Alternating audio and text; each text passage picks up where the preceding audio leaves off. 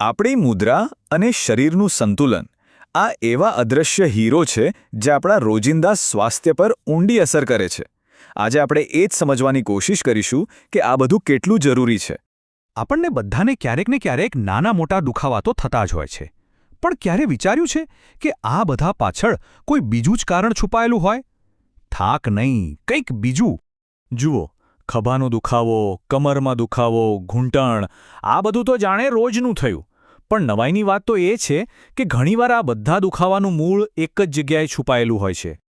તો ચાલો હવે સીધા એ સમસ્યાના મૂળ સુધી પહોંચીએ અને જાણીએ આપણા શરીરના એ અદૃશ્ય હીરો વિશે, આપણી કરોડરજ્જુ.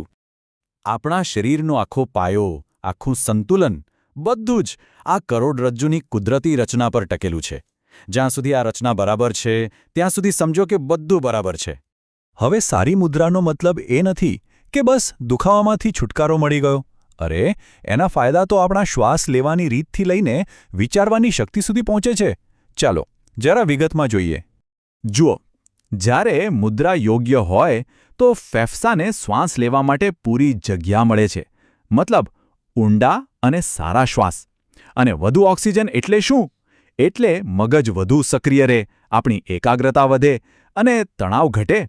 અને હા, સ્નાયુઓ પર જે ખોટો બોજ આવતો હોય છે ને એ પણ ઓછો થઈ જાય છે.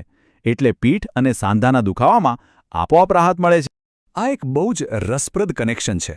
સારી મુદ્રા એટલે ઊંડા શ્વાસ, અને ઊંડા શ્વાસનો સીધો મતલબ છે કે મગજને ભરપૂર ઓક્સિજન મળે, અને એનું પરિણામ ફોકસ સુધરે અને વિચારોમાં સ્પષ્ટતા આવે. ચાલો હવે વાત કરીએ આપણી રોજિંદી આદતોની, અને શરૂઆત કરીશું સૌથી સામાન્ય ક્રિયાથી, બેસવાથી. આપણે એને વધુ સારી કેવી રીતે બનાવી શકીએ? આપણે ઘણીવાર ધ્યાન પણ નથી આપતા, પણ ખોટી રીતે બેસીને આપણે આપણી કરોડરજ્જુ પર કેટલું બિનજરૂરી દબાણ નાખતા હોઈએ છીએ. જ્યારે સાચી મુદ્રા એ કરોડરજ્જુનો જે કુદરતી એસ આકાર છે ને એને જાળવી રાખે છે અને એને લાંબા સમયના નુકસાનથી બચાવે છે. ખાસ કરીને જે લોકો કમ્પ્યુટર પર કામ કરે છે એમના માટે આ 3 નિયમ બહુ જ કામના છે. 1. સ્ક્રીન આંખના લેવલ પર હોવી જોઈએ. બીજું, એ લગભગ 20-30 ઇંચ દૂર હોય. અને ત્રીજું, સૌથી અગત્યનું, પીઠને હંમેશા સીધી અને ટેકો આપીને રાખો. આ નાની નાની આદતો લાંબા ગાળે ખરેખર બહુ મોટો ફરક પાડી શકે છે. અને વાત ખાલી પીઠની જ નથી, આપણા કાંડા પર પણ ધ્યાન આપવું એટલું જ જરૂરી છે. કીબોર્ડ અને માઉસ વાપરતી વખતે કાંડાને સીધા રાખવાથી નસો પરનું દબાણ ઘટે છે અને દુખાવો ટાળી શકાય છે. ચાલો હવે બેસવાની વાત પરથી આગળ વધીએ અને જોઈએ કે ઊભા રહેવાની અને ચાલવાની સાચી રીત કઈ છે, કારણ કે આપણો પાયો તો ત્યાંથી જ મજબૂત બને છે. આપણે ઘણીવાર અજાણતા જ આવું કરતા હોઈએ છીએ.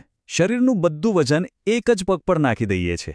આ નાની લાગતી આદત સાંધા અને સ્નાયુઓમાં અસંતુલન લાવી શકે છે. સાચી રીત એ છે કે વજન હંમેશા બંને પગ પર સરખું રહે એનું ધ્યાન રાખવું. 4 કિલો, બસ આટલો આંકડો યાદ રાખજો. કેમ? એ હમણાં જ ખબર પડશે. આપણા માથાનું સરેરાશ વજન લગભગ 4 કિલો જેટલું હોય છે. પણ જેવું આપણે માથું આગળ ઝુકાવીએ છીએ, ફોન જોવા માટે કે બીજું કંઈ કરવા માટે, કરોડરજ્જુ પરનો ભાર અનેક ગણો વધી જાય છે. વિચારો, માથું ફક્ત થોડુંક આગળ ઝૂકે ને તો પણ કરોડરજ્જુ પર જાણે 12 કિલો જેટલો ભાર આવી જાય છે. યોગ્ય રીતે ચાલવું પણ એક કળા છે, અને એના 3 સાવ સરળ સ્ટેપ્સ છે. પહેલું, જમીન પર પહેલાં એડી મૂકો. બીજું, પછી વજન પગના વચ્ચેના ભાગ પર લાવો. અને ત્રીજું, છેલ્લે પંજાથી આગળની તરફ ધક્કો મારો. બસ આટલું જ. અને હા, ચાલતી વખતે હાથનો તાલમેલ પણ એટલો જ જરૂરી છે. નિયમ સાવ સિમ્પલ છે. જમણો પગ આગળ તો ડાબો હાથ આગળ. આ કુદરતી ગતિ શરીરનું સંતુલન જાળવવામાં મદદ કરે છે. અને હવે અંતે 2 એવી મહત્વની ક્રિયાઓની વાત કરીએ જ્યાં સાચી મુદ્રા ખરેખર ખૂબ જ જરૂરી છે. એક છે વજન ઉચકવું અને બીજું છે સૂવું. વજન ઉચકવાનો એક જ સુવર્ણ નિયમ છે, અને એ છે કમરમાંથી નહીં, ઘૂંટણ વાળીને ઝૂકો. વજન ઉચકવાની તાકાત તમારા પગ અને પેટના મજબૂત સ્નાયુઓમાંથી આવવી જોઈએ, કમરમાંથી નહીં. જો આટલું ધ્યાન રાખશો તો તમારી પીઠ તમને આખી જિંદગી દુઆ દેશે.